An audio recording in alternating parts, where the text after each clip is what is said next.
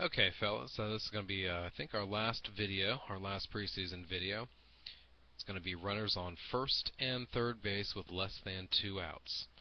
How we used to handle this when we were younger, essentially less than 2 outs, we just gave that runner a free run to second base, and we didn't make that throw down. But we've got a couple of tricks up our sleeve here that we're going to try. Essentially, we have two plays. First play we're going to call Pennsylvania. It may be any word that starts with the letter P because this is going to be in play involving the catcher throwing the ball back to the pitcher. So we've got our base runners here. First thing we're going to do, we're going to hold our runners on. It's important that our corners are holding the runners on so the runners don't have a free rein of the base paths here. So the third baseman's going to be checking maybe just a little bit off the bag, not necessarily standing on the bag, to shorten that lead of the runner. What we don't want is the base runner here at third base, having his way of the baseline here. So the third baseman's going to hold that runner on just a little bit. If at some point in time it appears that the base runner at third base is getting too big of a lead, third baseman can make a sign, tapping of the glove to the pitcher, and there may be a throw over to third base. But it's important that to the extent that we can, we keep these runners a little bit closer to the corner bases than maybe they would like. Pitcher's going to deliver the ball here, and this again is our Pennsylvania play because the point of this play is for the catcher to throw the ball immediately right back to the pitcher.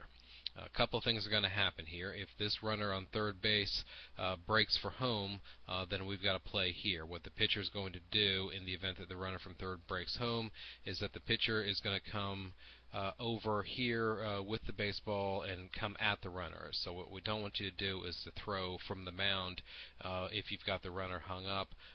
You want to come at the runner, force the runner to make a commitment, and then throw to the appropriate base depending on where he makes his commitment. If the third base runner chooses not to go down the line and doesn't get hung up, he kind of waits to see what the pitcher is going to do now that the catcher's thrown the ball back to the pitcher. Then there are going to be a couple of things that happen here. If the runner from first base runs straight to second base, here, the pitcher may not have a play when the ball gets back to the pitcher, and if he sees that he doesn't have a play at third base, the third base runner is a little too smart and doesn't fall for the trick, then you're going to pivot and take a look at second base and see if you've got a play there. The shortstop's going to be covering in this particular play here, so there may be a situation where the ball gets pitched, it comes back to the pitcher, and if this runner isn't serious about getting over to the bag or kind of is using himself as a decoy, then there may be, and then realizes that the pitcher's got the ball and then sprints to second base.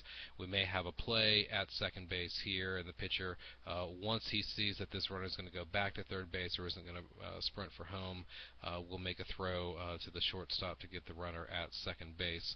If the play is available. The play may not be available, and that's okay. The worst thing that we want to have happen is that this runner end up at second and this runner at third. What we don't want is the runner getting to second base and then we miss out on the runner going home and then the runner scores. We don't have an out. I got another man in scoring position. That's not what we want.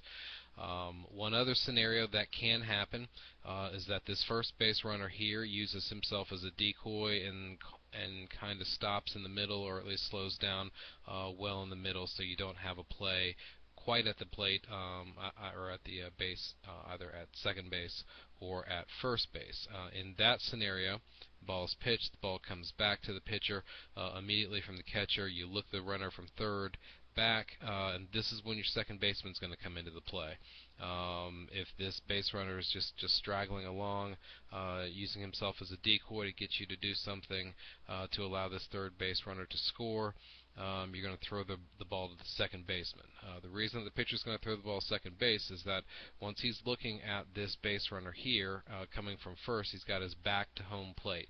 Can't see this runner at third base here, so you want to go ahead and get that ball to the second baseman, who obviously can see both the runner coming from first base and he can see the runner coming from third base. You're going to try to run this runner back. That's going to be your first goal is to go after this runner. But if you see the runner from third base break into home, you're going to abandon the play here on the base runner and go ahead and get the out here at home plate if you can. And that's essentially going to be what we call Pennsylvania. Again, it could be any word that starts with a P because the catcher is going to be throwing the ball to the pitcher. And again, it's critical that third base and first base do the best that they can to keep these runners close to their bags. Maybe a situation where the pitcher throws back over to first base. And don't be afraid to throw over to third base. If this runner here at third base gets too big of a lead, let's go ahead and make him play it honest there. So that's going to be our Pennsylvania play. And again, the third base, first base, make sure that you're holding those runners on. Pitcher, you're going to have to make a judgment as to whether or not you've got to play anywhere. If we end up in a situation where runners at second and third, that's okay. We don't want somebody scoring and another base runner in scoring position. So pitcher's just going to have to use his best judgment. But anytime you get a chance to get this person at third base, go ahead after that. Even if this runner gets over to second base, let's go ahead and get that lead runner if we can, and we'll go from there. Second play that we have, we'll call it Syracuse. This is going to be any word that starts with the letter S, because this time the catcher is going to be throwing the ball to the second baseman as opposed to the pitcher. Corner responsibilities are going to be the same in this. Third base and first base, you're going to be holding your man on. Third base, be ready for a pickoff play or a flash, a pickoff sign to the pitcher if you think that this runner at third base here is getting too big of a lead. Again, we don't want these base runners having free or feel that they've got a free run on the base paths. And this pitch here comes down to the catcher. Catcher's immediately going to throw it straight down, not to the bag, but to the second baseman, who's going to be coming over over here. So you're going to have to give a throw that the second baseman can field.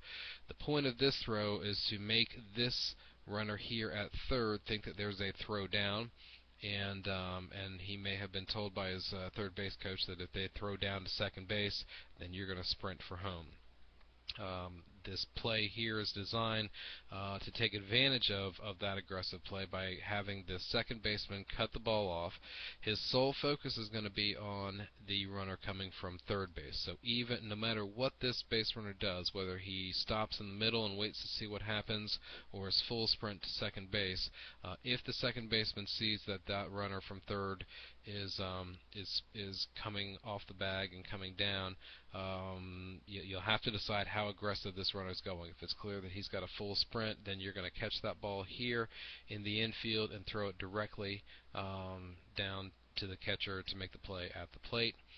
Maybe a situation where the runner starts to break but is watching the play and where the ball is going from the catcher and decides somewhere around here, I got a problem, let me get back to third base, or let me see what's going on.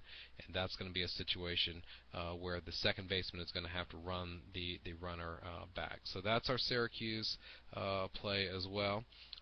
If you get caught up in a situation where this base runner is taking his sweet time, then you're going to do the same thing as in the Philadelphia play. You're going to go after that runner and make a throw home if need be. And that's how we're going to play first and third.